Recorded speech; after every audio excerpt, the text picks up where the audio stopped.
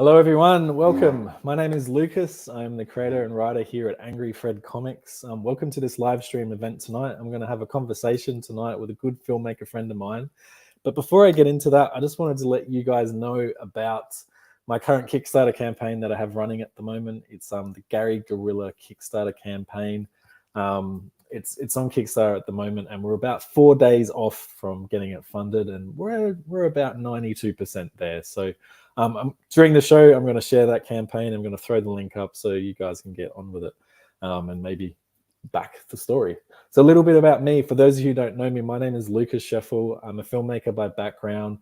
I'm a comic book creator right now, taking those stories that I made as a filmmaker and putting them into the comic verse sphere. And the reason why it's called Angry Fred Comics is it's the comic book company is dedicated after my late dad, Fred.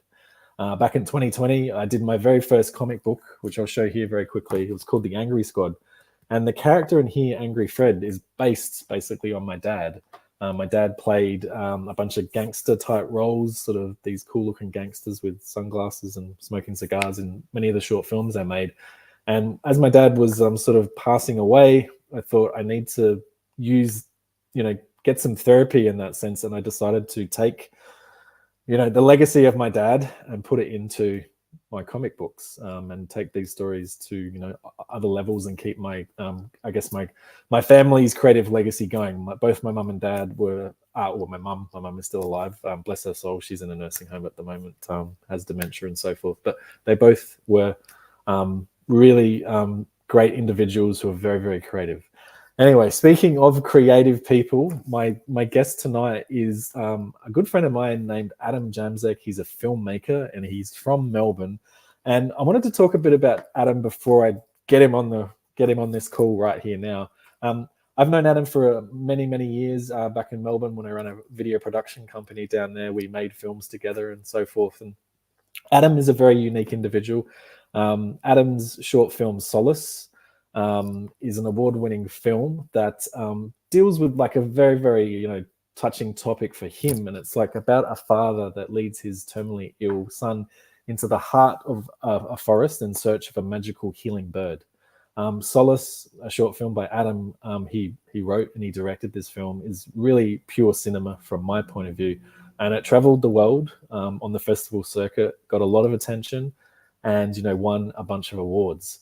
And through that, Adam always shares with me his filmmaking endeavors, and he's written and he's developing a bunch of scripts. He's got 2 feature film scripts at the moment that are very, very strong and deep. One is a Western, which I absolutely love. I've read this thing a few times and love it. It's called Bury My Heart Amongst the Trees.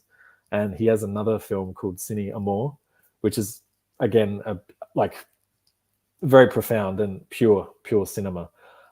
Through these creative endeavors that Adam has, created, he's found himself collaborating with musicians as well and making really high-end, touching music videos with a bunch of artists in Melbourne. And he's got like a little collective sort of group happening there. And through that, those guys have got together. Adam and all these musicians have got together, and they've created this really unique, intimate musical session called the Falkirk Courtyard Gig Sessions. And it's basically a bunch of artists getting together that Adam's organized, and they have an intimate event in the courtyard of their Adam's house, basically in the backyard. But it's not just a bunch of people in the backyard. It's a very intimate setting. It's filled with emotion. It's filled with stories, and it's filled with people just enjoying what art should be in its most pure and intimate form. So anyway, enough about that. Let's actually get Adam on the call tonight, and we'll talk to him. Hello, Adam. How you going, mate? Thanks for joining me. Hey, man. It's a pleasure, man. Thanks for that.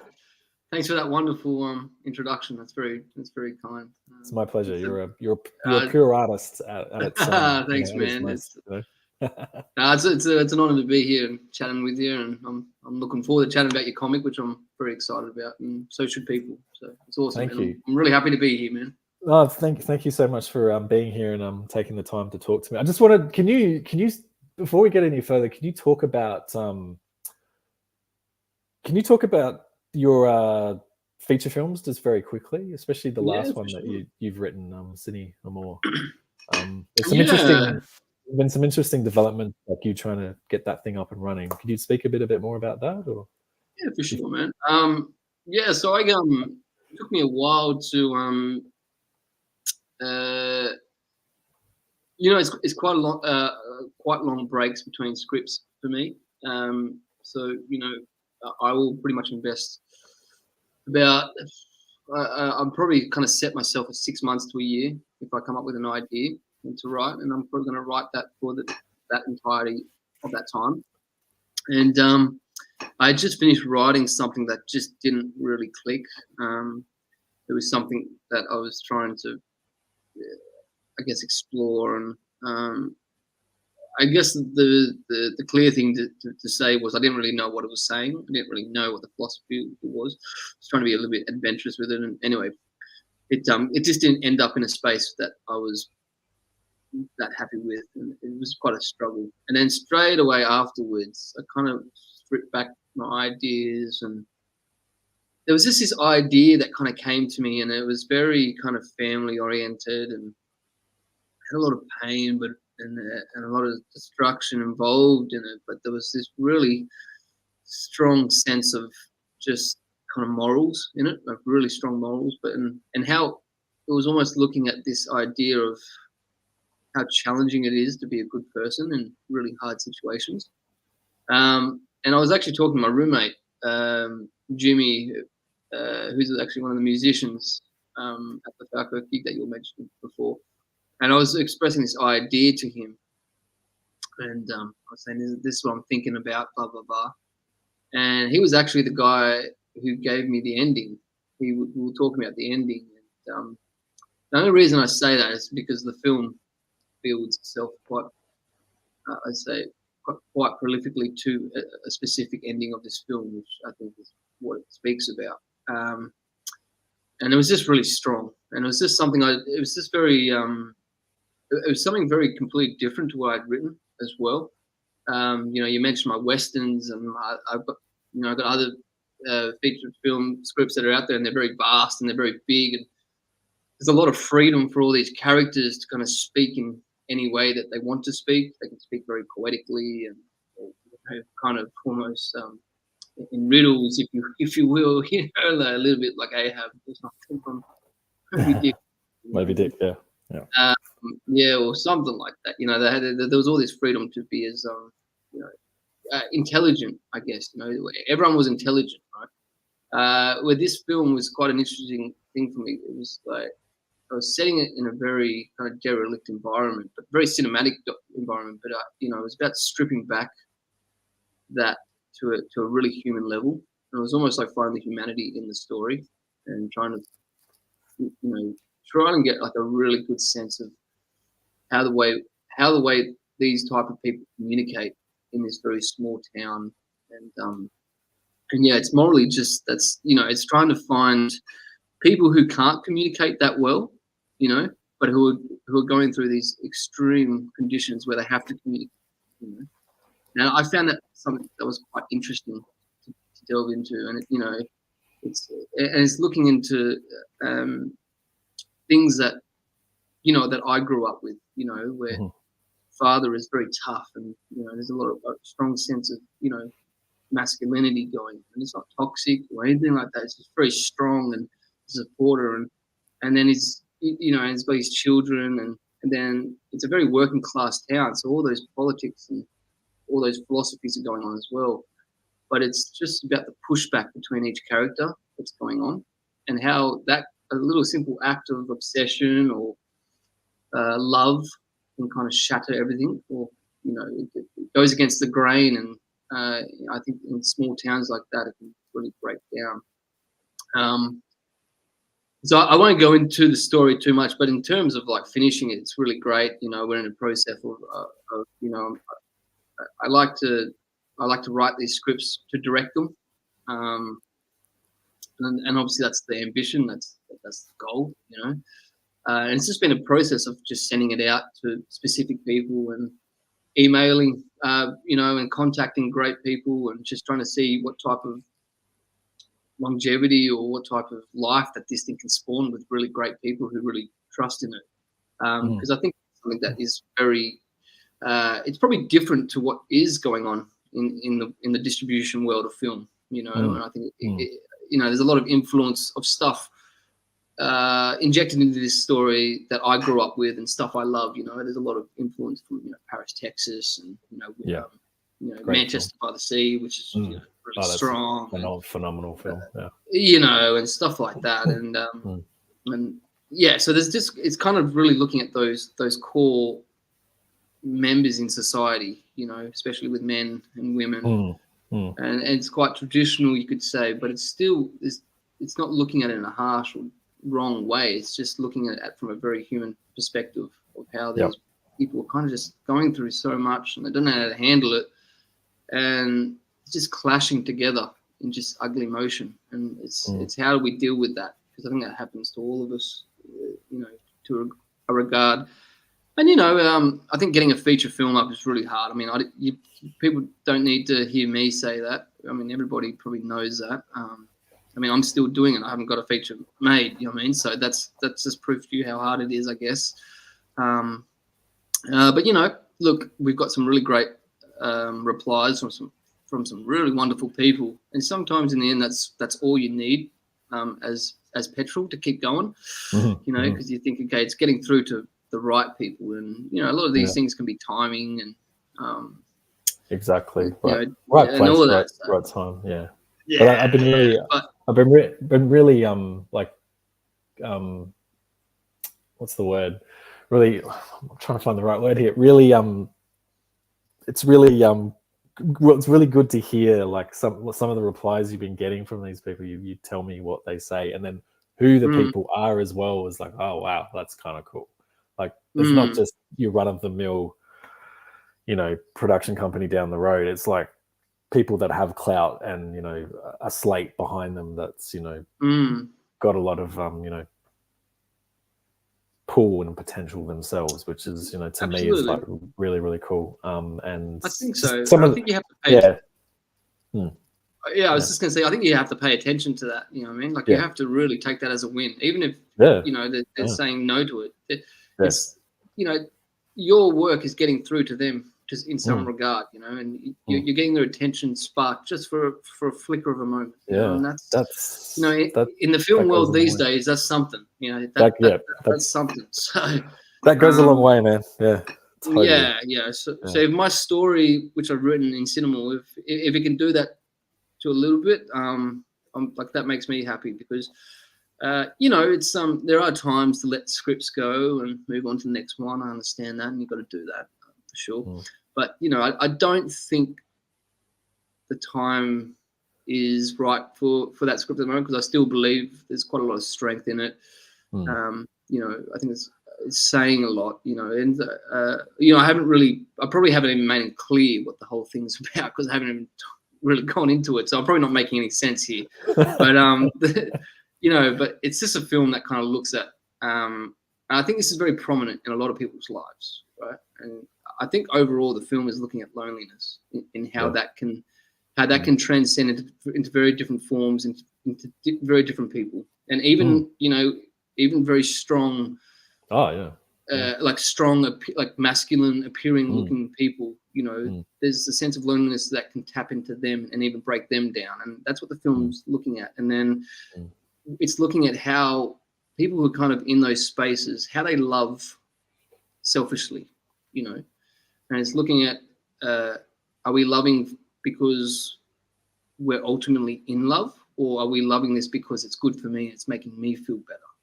You know, and that, you know, also, is that selfish, you know? And I don't know, I think sometimes we're not aware of that, and that can really, let's say, when we're forcing that upon someone who maybe not be in the best place either, that can trigger things, and all of a sudden you start a butterfly effect of real chaotic kind of reaction. Again, I haven't really gone into the film, and I apologize, it's not making much sense, but they're just some of the themes that the film itself is probably looking into. It's still a process. It's still a journey to get it made, but it's, you know, I've got to keep trying. But that's, you know, that's the best part about it, is just following that journey and, you know, taking a step up that mountain into making it, and, you know, you don't know Absolutely. where you're going to be until you try. But thank you, That's it. That's it. thank you for sharing that. Like that's yeah. But yeah, if anyone wants to jump on board and watch Adam's first film, just I'm going to throw a link up here in the chat. Let's do it. Let's do it right now. So this is this is, let's put it up there. So if you go to this link, and I'm sorry, this is a link, guys, but this is his his short film Solace. Check it out for sure. It's definitely worth a look, and yeah, it's just very, very, very profound, pure cinema.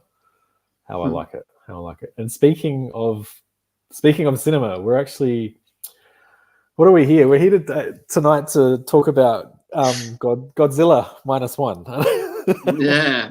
Something I didn't think we'd be speaking about, but there you go. No, this is one of these films that I was talking to you earlier on the call about this, and it's like how we both sort of found out about the film, and it was like kind of like this thing that was on the side. It was this mysterious thing that was floating around in the ether via our peripheral vision, but it didn't really come into our sights until we were like kind of made the connection. Like it was so bizarre because I remember hearing about it, but I was like, oh, okay, another Godzilla film, whatever. It's another one of those, whatever, things that maybe the US are making or America's making, Hollywood's making. And then, a friend, what was it? A friend of mine was like, he's like, hey, have you heard about this Godzilla film? And I'm like, what Godzilla film? This Godzilla Minus One. And he started telling me about it. I was like, oh, that story just sounds really unique and like something I would like to watch. And I know you were saying the same thing to me, and I was like, oh, that's quite bonkers. But yeah, tell me how did you find out about the film? Well, yeah, because it kind of snuck up out of nowhere for me. And that's probably embarrassing to say because I work at a cinema. Yeah, I don't even know how it came about. You know what I mean? I think at the time there was this crap on, which was like Godzilla versus Kong or something. That's what I originally thought it was. I mean, whatever. If you enjoy it, that's cool. Yeah. Anyway, that was floating, I think, around at the same time, and I remember I was on somewhere. I saw a post, and I had a post of the film at IMAX, and it said, "Oh, this Godzilla film had just screened, and everyone loved it." I thought, and my initial reaction was, "Oh, this must be like a famous Godzilla film from the 50s or something. Yeah, it must be one of the more famous films from the Godzilla franchise or something." And then it's funny, after that, I kept on seeing this same poster keep popping up or news about this new film. And I was like, oh, this is a new film that's coming out. And everyone seems to be raving about it. And then, like you, I found out a bit more that it was a Japanese film, and it was like kind of more human, and it's looking at the emotion and the aftermath of World War II Japan, and how Godzilla was more a metaphorical kind of structure coming into this. And I was like, oh, this is really interesting. I was like, okay. I was like, and I guess I was thinking about it. It's like, it was almost like a Game of Thrones effect for me. Right. Because it took me a long time to watch Game of Thrones, but it was one of those things where people just would not stop talking about this thing, And I was like, okay, I got to sit down. You gotta go watch it. I got to sit down and watch this thing, man. The same thing here, but I was working in the cinema. And then, because then everyone at my work, that they all kind of in their same circles, and they're talking about new films that are coming that they're looking forward to and stuff. And I guess I'm not completely in all of that. And this was one of the films they were talking about. And and I think we both know, and everyone out there knows, that Godzilla is, or I'm still learning as well, that there is quite a niche world of Godzilla films that I have no idea about. So there's all that history which I have no idea about. It's just something I'm not in at all. But then, anyway, the film did end up coming to our cinema, and I'd be working and stuff like that, and I would be going into cinemas, to do checks and stuff. And every time I'd go in to do a check in a cinema where Godzilla was playing. I never saw a scene where Godzilla was on screen, but there was all this stuff going on with these characters, and I was like supposed to be in the cinema for like 2 minutes, and I ended up being in the cinemas for like 10 minutes because I was like, what is going on, man? Like this, just the interaction and the connectivity that I was experiencing just in these really interesting moments between characters was something I hadn't seen for a pretty long time in film. It just felt very genuine and very pure, and I just thought, whoa, what is this film? And I was like, okay, this is really grabbing me. This was really grabbing me right now. Yeah. And then I made the decision to go and see it with, it was great because I saw it in a packed cinema. And beautiful! What I like about what is that like? That doesn't happen anymore. Right. Well, that's great. And the great thing about Minus One, which I want to hone in on, is that I saw it late at our cinema. So it'd been playing at our cinema for quite a while. I remember I was like, it was at our cinema. I was like, okay, I got to see this film. I'm working. I got to see this film. Everyone's talking about it. Keeps on growing. It keeps on growing. I got to see this film. And I reckon I saw it about maybe 3 or 4 weeks into it playing at our cinema. Jeez. And I went with 2 other people, and when we went and saw it, it was still a packed cinema. Really? And I was like, whoa, it's like, this is sick. And then, so the experience I had with it was just like really electric. Like people were just really responding to this. And so was I. I almost forgot that this was a Godzilla film. Like the structured label of Godzilla itself had removed itself from that experience of watching that film. I was just thought, I'm just watching a really good film with this mean creature in it. And I'm like, what is this film? I'd never really seen anything like it before. And maybe that was my ignorance to the, to that genre of film, because I remember, and sorry to harp on and all that, but I remember my introduction to Godzilla, and I remember I was like a really young kid.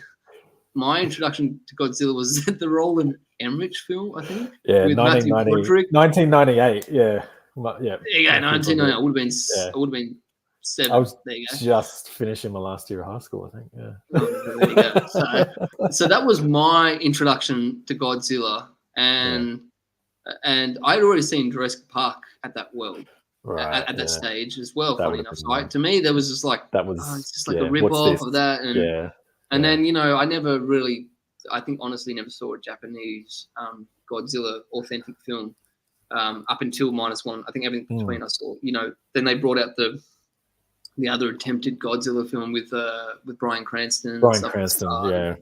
That's right. And, seemed pretty, cinematic and stuff. But I remember going to that and I was like, I'm a bit disappointed, because I think those films don't know what they're trying to say.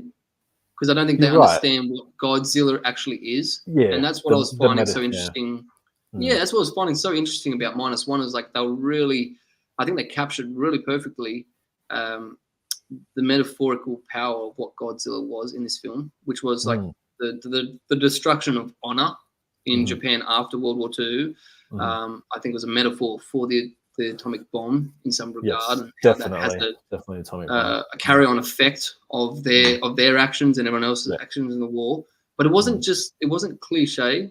It's just the way they were kind of presenting that in such a way. I was like, oh my God, this is pretty strong. And, the whole culture of all these soldiers who actually just had this crazy desire to die, live and die, to honor that. And I was like, oh my God. And I'm like, and when they couldn't actually die, they kind of thought themselves as a failed human being. And I've seen films do that before, but it can be really thrown in your face in a melodramatic way. I guess this was too, in a sense, but it was just something really subtle as well. Yeah. It doesn't come across like that though in the film, because like obviously our main character in the film, he's a kamikaze pilot, but within the first few opening scenes of the film, he lands on an island to get his plane fixed, and the mechanics look at it and they go like, there's nothing wrong with your plane, so he doesn't want to go and do this thing and kill himself.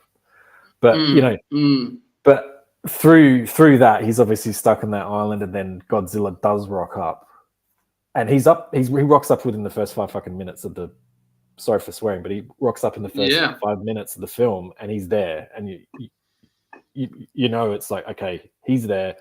We've acknowledged that, but then he kills like a bunch of the mechanics and like only like a couple of them are or one's left or something like that. But that kamikaze pilot had it in his power to actually take on Godzilla in that moment, but he chickened out again. You know what I mean?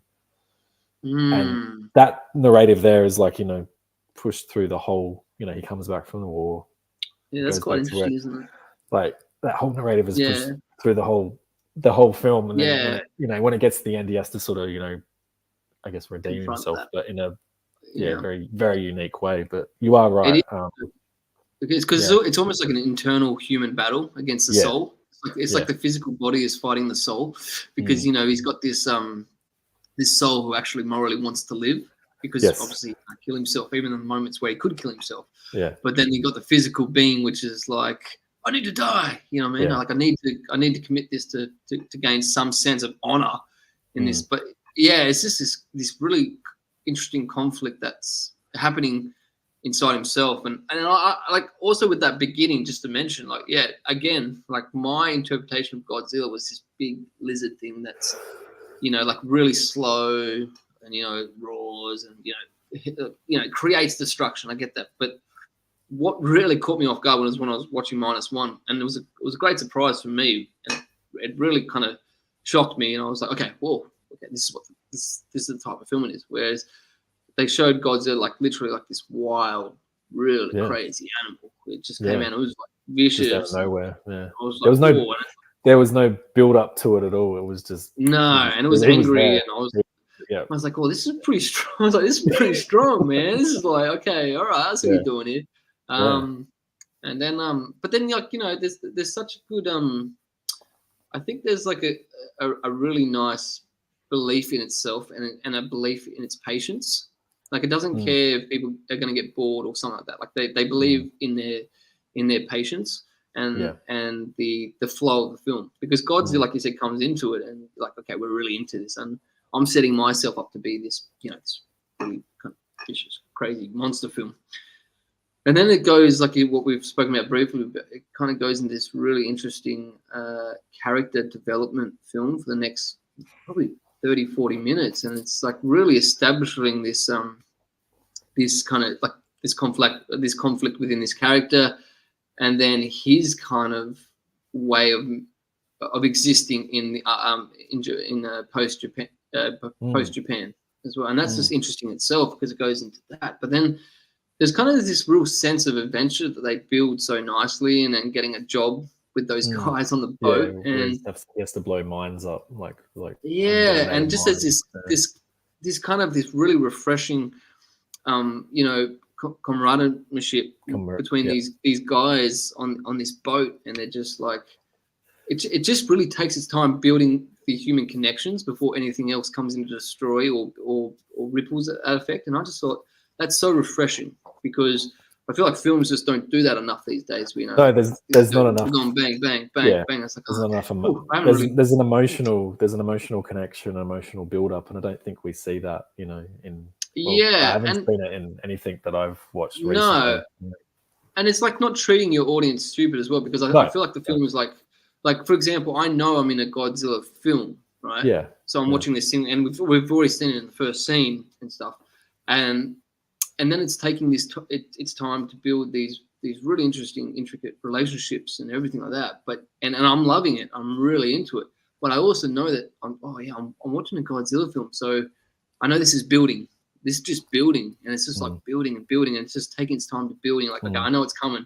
Yeah. And then when it does come, it's just like, whoa, this is, I don't know if I'm even ready for it. You know what I mean? Like I thought I was, but I'm not. And it's like, oh, this is strong. And now it's doing something which we really love, which is it's putting characters that we actually care about in a space of danger. And we're like, I actually don't want I actually don't want something to happen to that character. Yeah. Well, it's like those moments where, I don't know too much about Godzilla and how he operates as a creature, but like those moments where he charges up and the blue light, you know, the nuke blue light, whatever, you know, charges him up, and then his spine, like all those little fins on his spine start, you know, popping out. Those moments there, like visually they look stunning, blah, blah, whatever. But I think with all that build up of emotion and like the characters' narrative, and we got to know them, when those moments happen, it's like, holy moly, okay, how are they going to get themselves out of this? Because we know, he's going to breathe that fire out of his mouth and he's going to destroy everything in his path. But like, how are they going to, react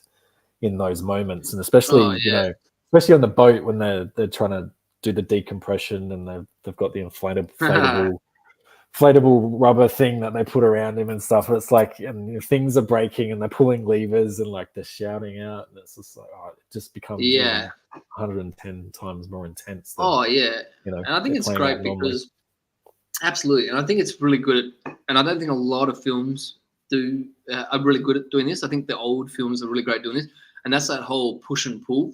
Yes. And I think Godzilla does that like really well. It like pushes you and then pulls and pushes and pulls, and it's kind of like putting you in and taking you out. You're relaxing, and then you're not relaxing. And it's just like it's just really clever filmmaking. So then when the moments of punch really come, they kind of punch you pretty hard and really hard. And like the imagery of how they implement that with that feeling I thought was really clever. Like for example, you're talking about when he destroys the city and then it starts raining the. Is it the ash? And stuff, right? And he's just letting out all this Vermont, and it's just like, man, like that's something that can easily be done poorly, and that can easily come across corny. Like, this is so corny, man. But that was just like I was just feeling that. I was like, man, this is like really smart. Like this is really smart ownership of certain moments in film. You're taking really good, interesting moments, and like, okay, we need to push really hard here. You know what I mean? Yeah. And then we're gonna track back and. I just thought the film did like that really clever all the way through. I just thought this is really good. You put me on my edge, you pull me back, and and definitely just like the underlining like metaphors even after that. The army general has to come out and says, "Okay, look, I'm sorry that we have to almost fight another war here." And it's like, this is like really, and I guess it's putting us into that perspective of what that would have been like for in that post, and I guess. I don't like saying winners or losers in war, but it's almost putting us on a loser's perspective side of a destructed world from war, and how you're trying to cope with that. And I don't know, it's just there's a lot of humanity going on in that film. There is. Yeah. It's a creature film, but the creature is like in the back, and it's like the humanity is just like right there. You know what I mean? Yeah. You kind of. I think you do kind of feel sorry for Godzilla at one point, though. Towards the end, you feel that. That's true. Yeah, that's true. But I don't know. Like, how did you find it as well? Because I know this is more your area that we're about to talk about. But like, when I watch, like, let's say when the more recent monster films, especially the more recent Godzilla films, or even like, for example, we can even throw other actions into that category. And this is just me personally speaking, is the action has become in films today is so digital, right? Yeah. And it's actually hard for me to get perspective of actually what's happening in a film these days. Like there's so much color and kind of digital movement. I actually get lost in what's happening. Exactly. But what I found with Minus One, there was almost like an animalistic kind of rawness to this creation. It almost seemed very practical, and I was like, "This is really cool." Yeah. Like, this is like something we haven't seen for a while. It was interesting, like I couldn't put my finger on it. Like when I was watching the way they had created Godzilla and so forth, he looked like a stop motion animation of some sort. Like in some points, just the texture of the skin on the body and just the way it looked and felt. I was like, oh, that's like harking back to something I've seen in the past, and you're bringing it forward, but you're treating it with meticulous care and just treating it very simply. And I think all of the visual effects within the film did that exact same thing. That it didn't feel overproduced, and it didn't feel too. There wasn't too much, like you say, too much going on the screen. Like I have a problem these days with like action films now. It's like everything just seems too fake, too unrealistic, and there's a lot going on that my brain just cannot compute what the hell's going on the screen. With that, I felt like they took a step back, nice and wide, nice and slow, played the action out how it needed to be. But I guess from like a behind the scenes perspective, if you look at how they actually created that, I was watching a documentary after I watched the film because I was really curious how they made how they Yeah. came up with, you know, the visual effects and how Godzilla was created. And apparently the director was pretty adamant that he didn't want to take, you know, the visual effects offshore and give it to some other company that he wasn't near, where, you know, he'd send some notes over and they do a scene, they come back, and this is back and forth, you know, thing, and they only settle on some sort of certain look, and mistakes can be made, and that's when budget goes out the window. Whereas what they devised, he was basically in the same office editing the film while the visual effects guys were on the same, you know, they were in the same room as him, so they could call him over at any time and he'd look over the shoulder, okay, change that, and then go back to what he was doing, you know. Right. And like that, there was an intimacy, you know, within that crew when it came to post-production, which they really stripped down. And he, from what I remember, the director got the role as the visual effects supervisor on the film. So he was the one, you know, supervising each shot, everything. So to me, that shows in the film. It just shows, like, yeah. Do you think that's something that people, like, you know, like obviously that's speaking quite loud words, you know what I mean? I mean, do you think that's something films should be looking at more at doing? I think so, man. Like, I think, you know, like eliminating that big scale, you know? Yeah, I think so, because like you look at the budget. Like, apparently the budget. Like, I don't want to get into. Everyone's obsessed with data and numbers these days and stuff like that. I don't think it matters. Like, to me, the pure essence of like the entertainment value on that does. But fair enough, it's a business. Studios want to make their money back and all that. But if you look at the numbers of Godzilla, what budget that was, apparently the budget was anywhere from $10 to $15 million just to make the film. And then you pit it against, like, say, a Marvel film, which is $250 million. What that $250 million goes to, I don't know. It probably goes to actors, you know, marketing. Maybe marketing's not put into that. I don't know.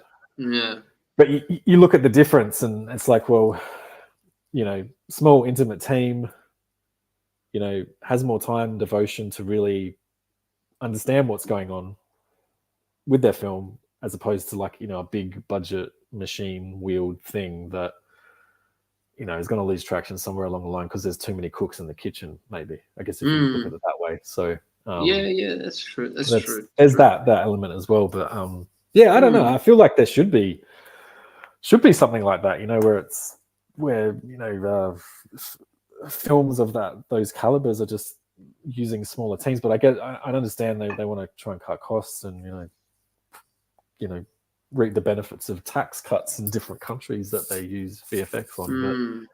But I don't know. Like, I think there needs to be, you know, a hark back to emotion and, you know, intimacy when you make, because film is like that, isn't it? It's like when you make a film. I know for a fact when you make a film, because when you were the Cine Amor, your last feature that you've written, I know for a fact you've gone out and you've sat with a bunch of actors in your house and done a table read just to understand how the story, you know, sounds when people are speaking the characters and going through the scenes. And, like, you know, that to me, you know, is a pivotal part of the process that's so you know, it's just so minute and you know, cozy that you're going to get, I think you're going to get better results out of that than having such a wide web of different departments and you know, department heads go through and then they have to, like, relay, you know, information through. But I guess, because you got different ways now when you're doing that, and, you know, I haven't done much of it.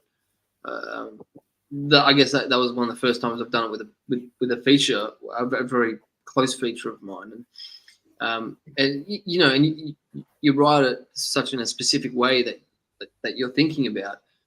And then you're hearing people react in such a different way that you'd expect them to react. And it's like, well, and, you know, sometimes, you know, it might not be right or whatever. And you tinker with that. And what you talk, you know, collaborate. But then there's other times that people, the way that they're saying stuff and then the way they're reacting, it's just so really surprising. And just from those reactions and the way you say something that is unexpected, that can drive the film in so many different directions and unveil, like, so many different surprises and kind of almost bring an element of story to another level, you know what I mean, that you didn't even expect. And that's literally just words, and that's just people just reacting, talking to each other and reacting, You know what I mean? To everything. And I think, you know, and then if you can do that, I think if you can really hone in on that, and I'm not saying I have, but I'm saying if in films, if you can really hone in on that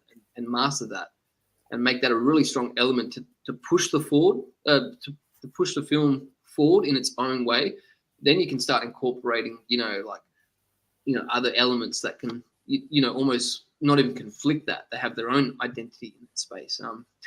Yeah, so I think going back to adding human elements to matter to whatever type of film you're doing, I think is pretty important. Like even a monster film, which Minus One is, you know, like, I mean, they're quite different films, but look at the resemblance of, you know, the first and second Alien, you know what I mean?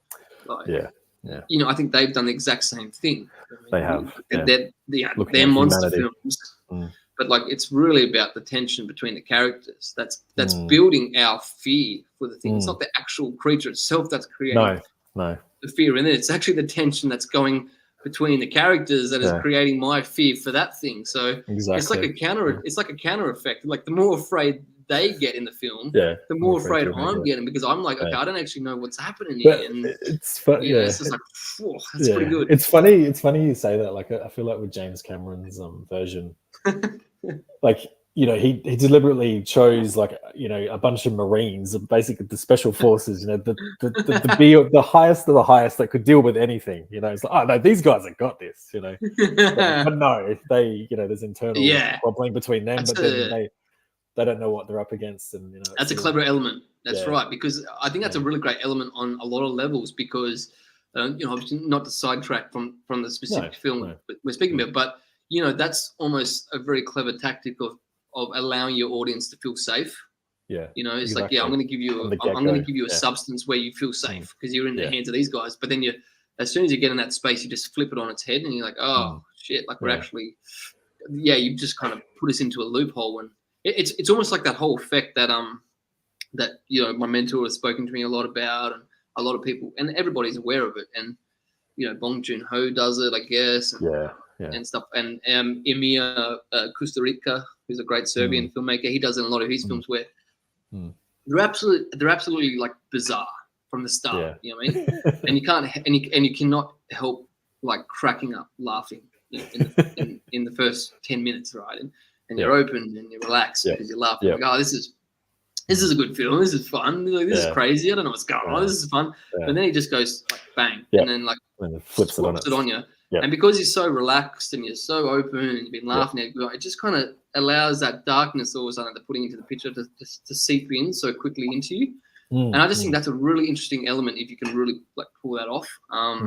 And bring it all back to what we're talking about. I think Minus One like kind of does do that, because like I was saying before, you know, when we're focusing on these characters building, you know what I mean? Connecting and, you know, all these human connections. But again, you know, it's a Godzilla film and things are building.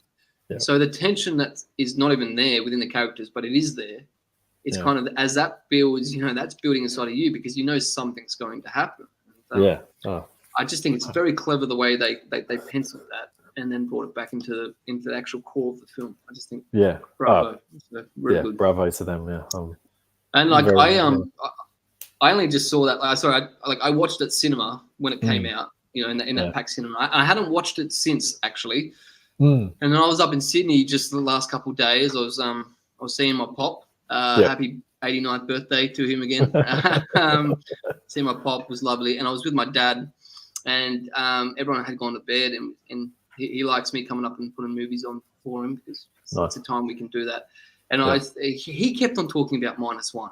It was really? So strange because you just said we're going to talk about this film, and then my dad's like, oh, there's this film I want to watch. It's this Godzilla film. It's this Minus One. Have you seen it? I was like, what?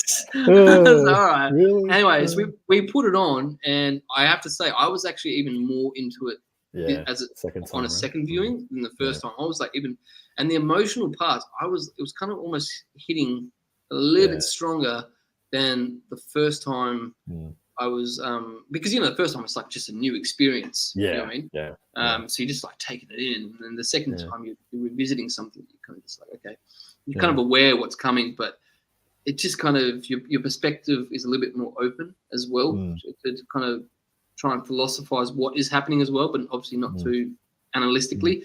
But yeah, it was just it was such a stronger viewing, a stronger second viewing, and I just thought that's good because there's longevity in this film. You know, they've made something that's got that grows with each watch, and yes. you know, I don't, and there's not a lot of films that do that today either. So it's like, okay, this is good. It's good. You know what I mean? Like, I want to go back and watch this again. You know what I mean? It's just, it really, I was swept up in a moment. You know what I mean? I was actually, the film allows you to be swept up in it, and you forget about everything around you. Yeah, immersive experience. It was perfect. Yeah. So speaking about immersive experiences, I have a comic book at the moment called Gary Gorilla. It's probably the purest immersive escapist by far experience that you could get on the planet right now. Yeah, absolutely. I'm awaiting my copy. Yeah, well, so this is the thing, people. This is the thing when everyone says they're waiting their copy. So yeah, to give context to everyone, if you go to angryfredkickstarter.com/Gary Gorilla 1, that'll take you to the Kickstarter campaign. And why don't I just share my screen? How's that sound? Yeah, do it, man. Do it. All right. How do we do that? Figure this out. And how long has this been? I remember when you made the first one, Lucas. How long has it been since the creation of the first one to this one, if you don't mind me asking? So you mean Angry Squad, the very first one? Yeah, correct. So Angry Squad, the first issue was, I think, made in 2020. That was the very first comic book that I created, and I kickstarted that, and it was really, really successful. Awesome. More successful than I actually imagined it would be at the time. And it did feature the character that you see there, Gary Gorilla, as a larger King Kong sized character who, you know, Angry Fred in the Angry Squad has to go up against and sort of find out a lot about himself emotionally, you know, go through an inner monologue, but, you know, come out on the other side and then meets this big ass gorilla that he has to defeat. I guess you could say it's kind of like Godzilla in a way. But then following that, I created another comic book, Angry Squad 2, and I think that was 2 years after the first one. I got that up and running, and that again was very successful. And then the year after that, I followed it up with a dad joke book that sort of took Gary Gorilla and Angry Fred, you know, into dad joke territory, which was just a fun little thing to get up and running. But interestingly enough, I had a few people reach out to me and they're very, very interested in the backstory of Gary Gorilla, and I wasn't quite ready to explore that yet. And that's something that will happen in probably Angry Squad 3, which is basically written, but not in production just yet. But that's exciting. So, that's exciting. Yeah, it's cool. It's kind of cool. It's like a little playground with those Angry Squads. It's just, you know, where can we go with this? How can this happen? How far can we take the universe of this Angry Fred and Gary Gorilla? But it got me thinking with this Gary Gorilla story. I wanted to do a spin-off series that was something very solo, but he wasn't a King Kong sized gorilla. He was more shrunk, and he sort of resembled maybe something of like a Mr. T, like an action Mr. T thing of like 1980s TV, like, you know, A-Team style. But I wanted to blend it into a world where he was a supernatural, you know, hunter of supernatural entities. But what actually happened was, originally when I started writing this story, and I've actually written the first issue of this, and this is not what this became, but I wanted to include Elvis into it because I'm an Elvis fan, and everything I've written since I was in, like, you know, primary school had Elvis in it for some, you know, because I'm just a huge fan. And what I actually wrote prior to releasing this was a story about, so you imagine 1970s Las Vegas, Elvis is on stage, you know, singing, doing a concert. He's in, you know, the peak of his career. And there's a story, and like, I like taking historical stories from, like, you know, that happened in real life and then meshing them into comic books and making it my own. You know, kind of like Quentin Tarantino, you know, where he reinvents World War II and stuff, and says he went out and killed Hitler and all that. Yeah, apparently. Apparently, as you do, Quentin. So basically, what the story that I had, I read this story about Elvis was doing a concert in Vegas, you know, at one of the hotels, and there was a moment where this young girl got on one of the tables and started walking towards him on the tables towards the stage in a trance, and everyone was like staring at the girl. Then Elvis was singing, and then he kind of got wind of the girl, and he wasn't sure what was going on, and then next minute he was distracted, and then these guys just ran up on stage and they wanted to go attack Elvis. And so Elvis was renowned for his entourage who were all into karate. So they came on there and they, you know, they did their karate chops and stuff. And I think Elvis had a go, you know, here and there, and busted a few people's asses and, you know, got on with the show sort of thing. But that there intrigued me, that moment. Like, it was never really discussed what had actually happened there or what this was all about. Like, well, that's interesting. So I actually sat down and I wrote like a story where Gary Gorilla was in that audience that night, watching this play out, and he was like, "Oh, okay," but he's like, "That's pretty cool." Yeah, I don't know. He was like a time traveler of some sort. Yeah. So he goes back there. But I also, yeah. I also know that you're like a really massive fan of Elvis, right? Which is why it's so cool to see this in the Kickstarter thing as well. But you also know like Elvis on like multiple like levels. I do. I do. As you know, ever since I've known you, you've kind of created a different perspective of Elvis Presley for me. You know, I've had him almost being this tragic character. Who almost wanted to be like Brando-esque. You know what I mean? Yeah. And you've just, you know, I think your perspective, your knowledge of Elvis goes a little bit deeper than the normal generalization of Elvis.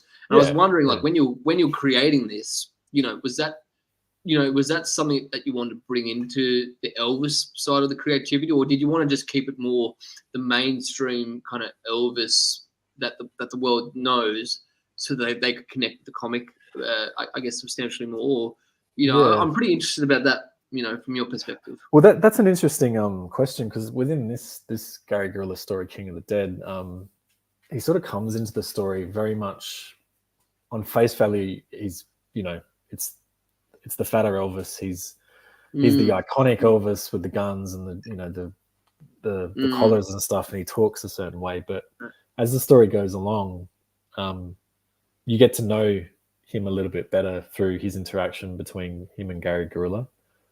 And there's definitely a more deeper and more emotional undertone going on, where you learn about him as a human being as well, which, you know, reflects onto Gary Gorilla's character as well. And you know, that happens in the way, like, I really sat down and like listened to the way Elvis spoke and some of the language he used and some of the speeches he used, and sort of like took snippets of that and actually put it into this story, and the way he interacts to characters. So there's a little bit of a more emotional sort of drive when he's, you know, reacting to something. And if you didn't know that on face value, it doesn't matter, because it just adds just a little bit more depth.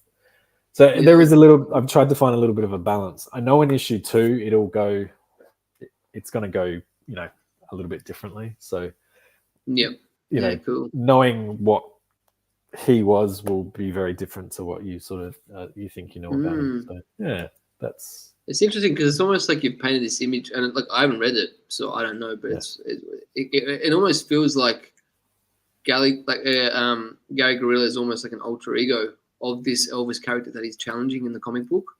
It's like almost like it's almost like the kind of confrontation of each other, which is interesting. But Gary Gorilla looks sick, by the way. Just to mention that, like his whole decor and uniform, it's like it kind of brings back that whole energy of, like, you know, like Teenage Mutant Ninja Turtles wearing like hoodies and like jumpers, or you know, that kind of like almost like a Goonies type feel, you know, kind of a bit funky but rock, but like there's a bit of essential. I mean, is that something that you want to? I mean, I know you're a big lover of like that type of 80s classic type of film, and like even the Burbs and stuff, which I love. Yeah, that's true. Yeah. Yeah, the Burbs. Yeah. Is that something that you wanted to really highlight in this kind of that influence? Because you've got a couple of influences about this, don't you? There's like a specific comic you're talking to me about. Yeah, Elvis or something. Yeah, so just before I get to that comic, so I'm like you say, I'm a big fan of all that those sort of genres and stuff, and like anytime I've watched anything like the Goonies, Back to the Future, even like Teen Wolf and stuff, there's always, especially in American stuff, there's always a visual element that's they're either wearing a cool jacket, they've got a crazy mohawk, there's something that stands out, makes them look unique, and to me it's like when someone sees that, like when someone like a cosplayer rocks up to a comic book convention and he's dressed with a red puffer vest, he's got the sunglasses, the hair slicked back, and the checkered shirt, and he's holding a skateboard with Nikes, white Nikes with a red tick. It's Marty McFly, So like you go, that's Marty McFly, but like you go say that's Marty McFly purely on the fact that what he dresses like, you know what I mean? So to me, costumes, like it's a big thing. Yeah, it's like instant identity, isn't it? Yeah, exactly. It's like Raiders as well, Raiders, the hat, the whip, the brown, the satchel, all that. It's just like, to me, it's like you need that to sort of set the character up, and it's kind of like James Bond, the tuxedo with the pie. It's just you can go on and on and on. And I think to me that has always just visually appealed to me. It's like, well, I feel like that element just needs to be there, like to Absolutely. Make that connection. But I agree. As for the comic book,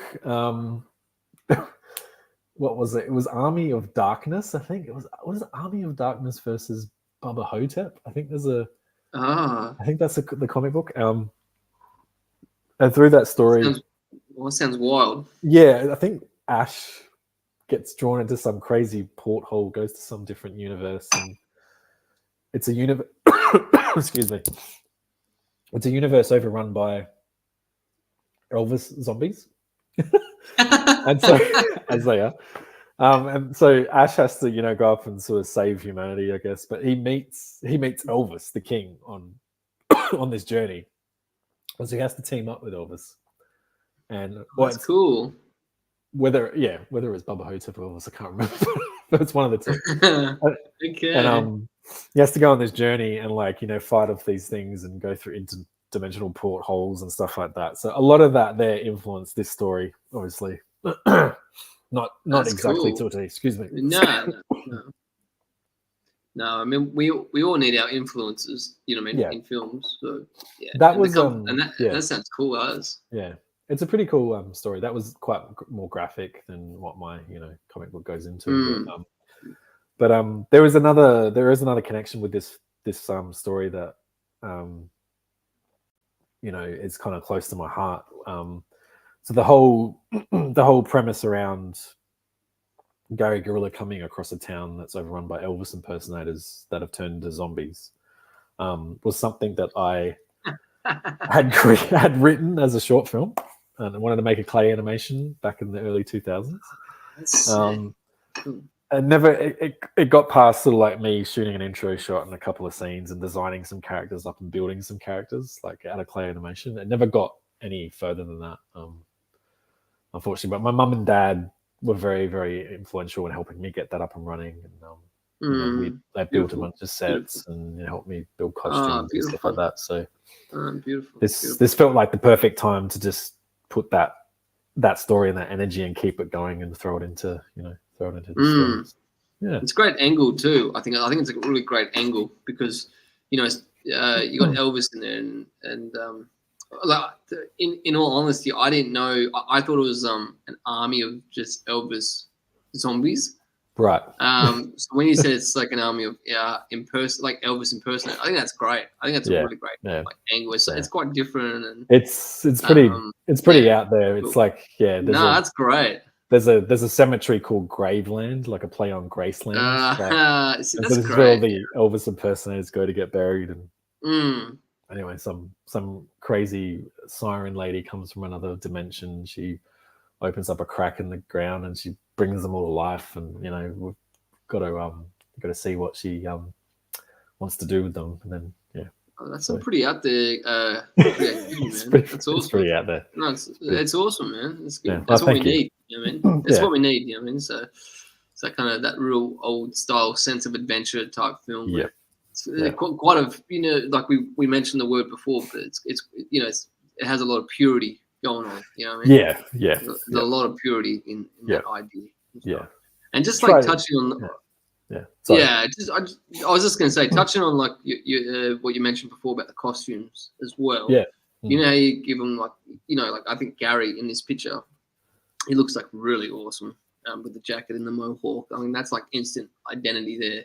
And then you got Elvis, which to me kind of doesn't look like your typical Elvis attire. That almost looks like a really hard Australian kind of outback dude wearing a jersey. You know what I mean? Yeah, true.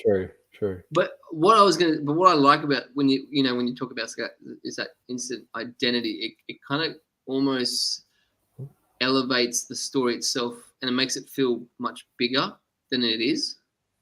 Because even such like little things like they're wearing it, like for example, Gary Gorilla wearing this jacket and everything.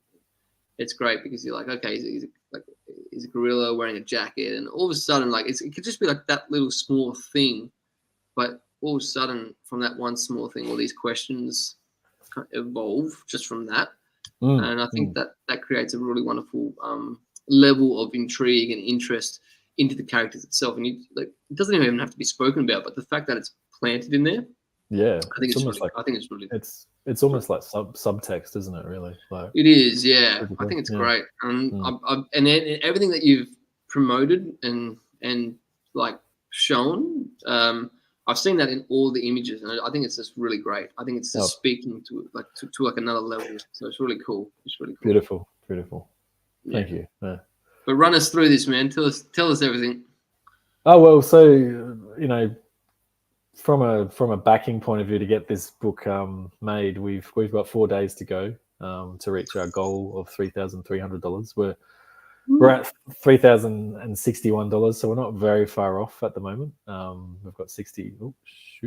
We've got 68 backers on board, which is really good. And I can look at a lot of the data and see some of the people that have come from my previous campaigns and so forth. And this has been interesting because there's a lot of new people that have jumped on board this story, which is really cool to see.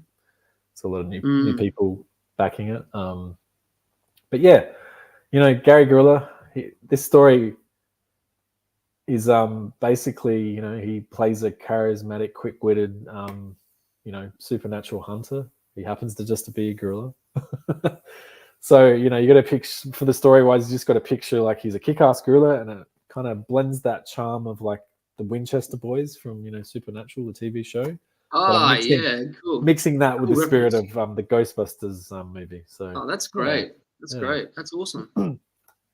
But yeah, like it's gonna be it's gonna be like a really, really immersive and escapist, style book. As you can see from the, awesome. I've got preview pages on here. You can read, at your leisure. Awesome. So like we've got this. Yeah. Oh no, sorry. Continue, man. No. I know. We've got this siren lady rocking up from a portal, from another dimension, and to me that. I've always had a liking to every Terminator movie whether the Terminators rock up naked in an alleyway somewhere, through a portal. That, to me, visually, that is just like, whoa, what is that all about? Like that's strong. Like, and I've just used that as like a reference. Oh, that's great. That's great. Yeah. And I was just going to say, so is this link where people can get to this? Is this just all on your website, on Instagram? Like, what's the easiest way for people to see this that you're showing us right now? So on the screen at the moment, we've got angryfredkickstarter.com/Gary Gorilla 1. If you head to that, it's going to take you straight to this Kickstarter page. Cool. Awesome. You can go through here and you can read the first so many pages. Like there's a lot of pages there. Cool. Get an idea of the story. A bit of whack, a bit of shooting through the guts sort of thing. And then you can look at all the different covers that are available. You can take your pick. This is a pretty cool cover. Oh, that one's sick. Yeah, I love that one. That one's awesome. That's sick. And then you can learn about what I talked about earlier about how I wanted to make this into a film back in the day. And then you can meet some of the team, obviously. So me writing it. We've got Vika Subban, who was the illustrator and artist on this. She did everything from pencils to colors on this one. Amazing artist. And, just on that, actually, because I remember when your first one came out, and like great color. I was like, oh, this is really awesome. You know what I mean? And there was like a really, I think it's just really interesting. I was like, I wasn't expecting it. I mean, it was just really awesome kind of. This really awesome design. Actually, right here, look at that. I think. Oh, you've got it. Yeah, cool. Nice. I'm in that. See, I don't know that's right. You're in. That's me, man. That's me. Marty. Anyway, yeah. So really cool color. But then when this one came out, I just saw that it had taken like a transition into this really vibrancy that I wasn't expecting, and it was like kind of very like neon imagery and these strong purples and these shadows. When I was like, and I just like it was just something that grabbed me straight away. I was like, whoa, this is like really awesome. Nice. Is that something that you collaborated pretty hard with Vika, or did you have a pretty clear idea that that's the direction you wanted to take from the start? Incorporating those stronger colors, stronger shadows. It's an interesting question because originally I had a leaning towards like purples and greens in my mind. I don't know if I was thinking of like the Joker, how the Joker's very in line with those colors, and it's I can't remember the color. There's color science behind it. Off the top of my head, I can't remember exactly what it all means, but in color science, purple signifies. I can't think of it off the top of my head. It signifies something that's maybe a little bit untrustworthy here and there, but it's very vibrant in another sort of another realm. You know what I mean?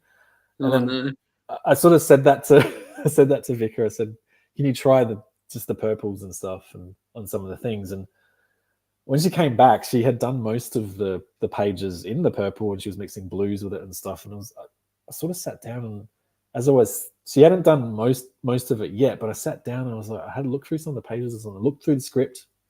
I was like, oh, this happens all within a night. It happens within an afternoon. Yeah. Okay. And then it just plays in through to the next morning.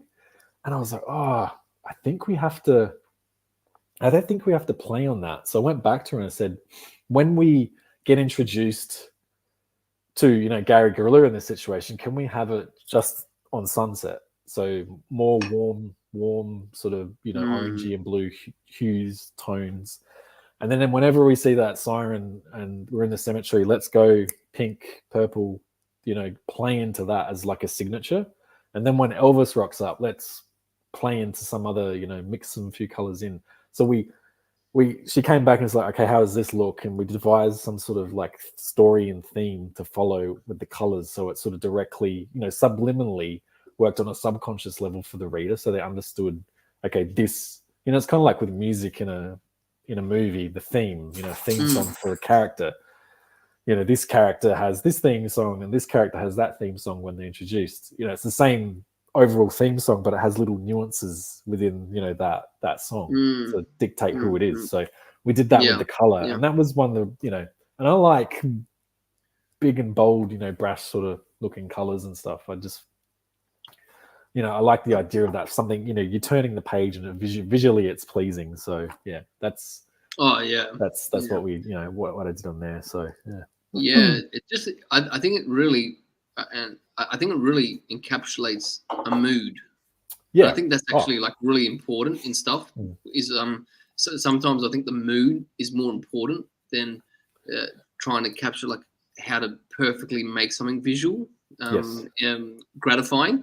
Like, I think making something visually gratifying is one thing, but then pushing something to its extreme, I don't know if that's the right word, but pushing it to its extreme or pushing it as much as it go to create a mood that suits what's going on. I feel like that's maybe something you might have done here where you've kind of pushed something, And you've kind of come because it's like you said, the whole Terminator thing when it comes out of I mean, I think even when I think about the second one, which is like to me, people, I'm going to put this on the record. I think to me it's like the greatest action film ever freaking made. Oh, my God, that film is insane. But like, I remember watching that, and I remember there's like flares and everything going there. But I remember that being pretty distinctively purple and these really strong like neon blues as well. And I think for me, and I think there's an influence going on there with this because that's what comes to mind when I look at some of the images. And I think in a really good way, it creates an unsettling nature. Like, because you're in a bit of a sense of darkness and shadow, but there's something kind of within that that's like, oh yeah, this is something's like going on straight away. And there's that I think that's what the images are invoking. So I think they're so strong. Hats off to Vicar and her amazing artwork on that. Like just astounding. And your letterer? Yeah, Stephen. We've got Stephen. Stephen's been, a very, very good, mentor for me within the comics, space and world. And he's been involved in a lot of the projects I've been working on. He's just, I've gotten him on board. I think my last 2 projects where he was on board doing the letterings. Awesome. Yeah, setting in, emphasizing the the sound effects or special effects words with the whack and the blam and lettering is an interesting thing. I feel like lettering is kind of like, what can I akin it to in the movie world? Like I think when a page is lettered really well, you don't notice it. I've seen some pages out there that when people letter it, it just doesn't. You can see the letter and it sort of spoils the images on the page. Oh, that's interesting. Like with a good letterer like Stephen, like he finds a balance where it fits within the story. It evokes and tells what the character is about and how they are and all that sort of thing. So yeah, it's a really great job. Very just subtle enough, It's kind of like good cinematography, in a film. Like good lighting, you don't notice. Like this, I know there's films that I've watched and I don't notice the cinematography until later. I go back and analyze it. And I go, wow, that's astounding cinematography. Like, what is the movie Girl Interrupted? Have you seen that? Oh yeah, James Mangold. James Mangold. There's a scene. I'm sure there's a scene in that where I don't know which character is, but they push in.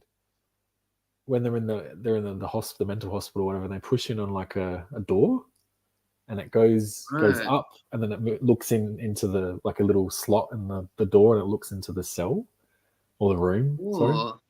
And like in my mind, it's like one of those shots to pull a shot like that off. If you really were to reverse engineer it and go back and understand what would happen, you'd have a focus puller doing one thing, you'd have the camera operator doing another thing, and I'm sure there'd be a jib operator doing another. And it's like, that's a lot of elements to balance, and you got to choreograph, lighting actors and stuff. But that looks to me that looks seamless, like I agree. You don't notice it, but I'm sure you've got other examples as well. Well, it's like that one, like it's kind of what you were talking about just then. It's like that one. Remember that shot in I love this film. Film Contact with Jodie Foster. Yes. And so Robert, I think it's Robert Zemeckis. I think I could be wrong. But there's that shot where it's at the start of the film where he passes away, like the father collapses, and the frame is in front of her, and it's watching her run up the stairs. And it's almost slow motion, and she's running towards frame, and the frame's consistently tracking back. But then, I'm trying to remember. And then it's like she opens a mirror, and like we've been in a mirror the whole time. Yeah, and then it like completely moves around, and I remember like it's great cinematography. I'm aware of it, but I also can't figure it out. I'm like, how did they do that? I'm just like, whoa. And it's like, that is like, there are so many elements going on with that. And I guess bring it back to your comic is there, because I don't know much about the comic world in that regard, but is there like, do you have specific elements with the writing and the lettering of where it goes specifically on the page? And if it's somewhere different, does that mean something different? You know? Yeah, that's an interesting question. Like, when I'm writing the comic, like I don't really take into account how much text is going to be in each panel. Like if you have a look at here, like sometimes it might be overkill for me, and I apologize for Stephen in advance. Like I might have like, you know, a bit too much going on, but what he will do, he'll obviously, you know, and I think what Vika does as well, she'll look at, you know, what's written, what the characters are saying and what the actions taking place, and then she'll leave enough room to, you know, add the lettering in. So say for these sort of scenes here, these are quite back and forth, you know, it's like it's almost like a over the shoulder shot, but not, you know, it's just in one thing. And it's like, well, what do you do? And it's like, yeah, this here, like, but it's the lettering's placed in a way which, you know, your eye will follow it from left to right, you know, consistently or across, you know, or diagonally down, so it's nice and seamless, but it doesn't look, you know, it flows. And that lighting, and that lighting is sick. Look, it does. It's like so cinematic. It's like cinematic. So great. It's pretty cool. Awesome. Yeah. Do you ever transition between? Because I noticed that some comics do this. So you know how you got your lettering there. Yeah. Do you ever put segments where it's story lettering, or do you just kind of don't want to go near that? What do you mean? You know, sometimes you can. Sometimes you can click a page and it's like later that day, blah blah blah blah, and it kind of gives you a bit of a description of like, right. movie. And it's like I've seen that in some comics here. Do you mean like this sort of stuff, like where it? Yeah. I mean, how inclined are you to move towards that, and or let that be? Like this here. I'll tell you a funny story about this. This page here, originally in the script. Okay, originally in the script, my first draft only had this. It had this, you know, the date where we are, and this is the home of Elvis impersonators. And it didn't have any of this of like, you know, unbeknownst to the cemetery's usual inhabitants, a figure shrouded in mystery, you know, appears at the gates, blah blah. And then we go and introduce this character here. I didn't have any of that. I just had I was like, I just want to have this purely just nothing on there and let the audience figure it out, figure out the mystery of who this person is. But then as I was going back through the pages and I was looking, and I was like, oh, it felt like it needed something. It felt a little bit empty. Sure. And I was like, I think I need a little bit more explanation here, because at the end, there's more revealed about this character that we need to make the connection to understand who they are. Right. Because, So yeah, it honestly, it just depends on the story. Like, absolutely. Yeah, for sure. How much does that come into play for you? Because I know that we're both lovers in the film world of things that are like visually telling something. You know, you know, you can tell something with a look, or with, you know, with a shot or something, or even silence. You know, I think I'm a big fan of silence in film and show, don't breath. tell. Yeah, and it's funny because when you transition that into the comic world, that's kind of what the pure essence of it is. You know, it's pretty much visual storytelling to the core. How aware are you of that when you're creating? Is that something that you want to really hone in on, or you know, do you like you know, good dialogue as well, flickering back and forth between the characters? I guess in this type of story, I was just going to say, like, I guess in this type of story, it's got that kind of awesome gun ho kind of energy where the characters could kind of be electric between each other. Yeah, no, exactly. Yeah, well, it depends. Yeah, it depends on the scene. So, like this scene at the start's I feel like it's very cinematic. I need to open it up, and like I'm very descriptive with my panelings, like description of each panel. Like I'll really describe it to a T what's happening and what I want to see in there. It's almost like, you know, a storyboard to a film. Yeah. But you know, as we get into scenes like this, it is like that back and forth banter, between characters. So I don't know. I feel like it's just a natural progression. Like it's kind of similar to film, but I've always got to be aware, like, especially coming from a background in editing, like there is room to, like, I don't have to show every single thing that happens. You know what I mean? Right. Yeah. Absolutely. Like, you can.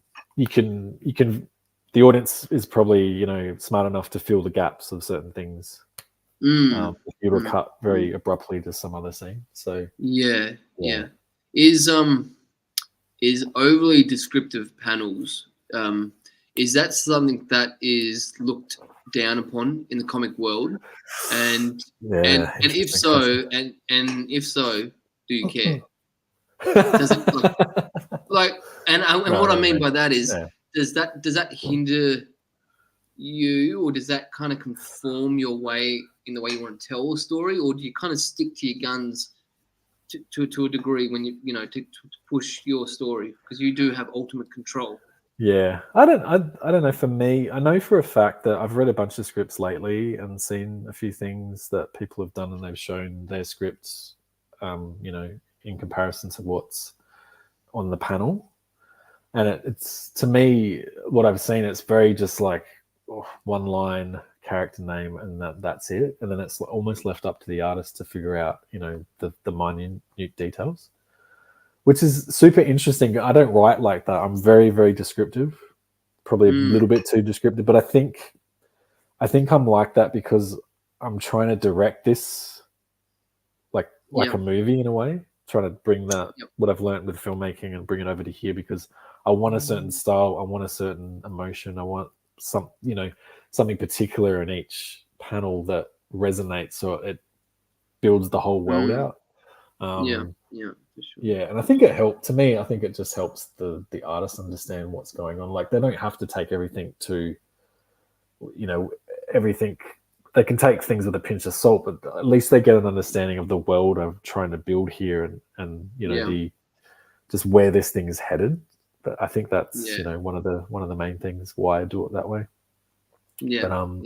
Because like, if you talk about like the approach Stan Lee did, and obviously he wanted to have a lot of quantity of comic books. He'd write a rough plot line out of however many pages, and he'd give it to the artist, and the artist would basically write the thing, and he'd come back and he'd do the lettering. So that in a machine like that, that's a very different approach. But for me, I just want to make it my own unique thing, and that's how I like to do it. It's not necessarily the right or wrong way. But for sure. Yeah, man. So, what's some of the? I'm interested in, like, because you're close to getting this thing over the line, which is just awesome. Yeah. Like, maybe just run us through some of the rewards. Yeah. So, like, on a base level, if you're environmentally friendly and you don't want any trees chopped down through the printing of this comic book, you can go digital. You can be one of those people and go digital, and you can, like, at a base level, just on an entry level, there's a digital PDF pack which is only $10, so that's $10 Australian. So anyone who's watching from the US or international, that's probably half the cost of what you're going to pay for it. You know what I mean? So your money's going to go further. It's going to be cheaper for you. But like with this digital pack, you get like the big sexy theme song, which is here. The Go Gary Taking Care of Business. It's like such a cool song. So awesome.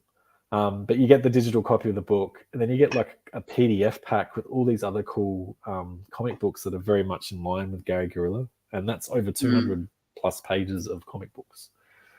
Just for $10. Cool, man. Yeah, and then if you're interested in getting a print copy, just one copy of the book, we have it in, for $28 in cover A, B, and there's a variant, and they come with all cool things like prints, a little trading card, that sort of thing.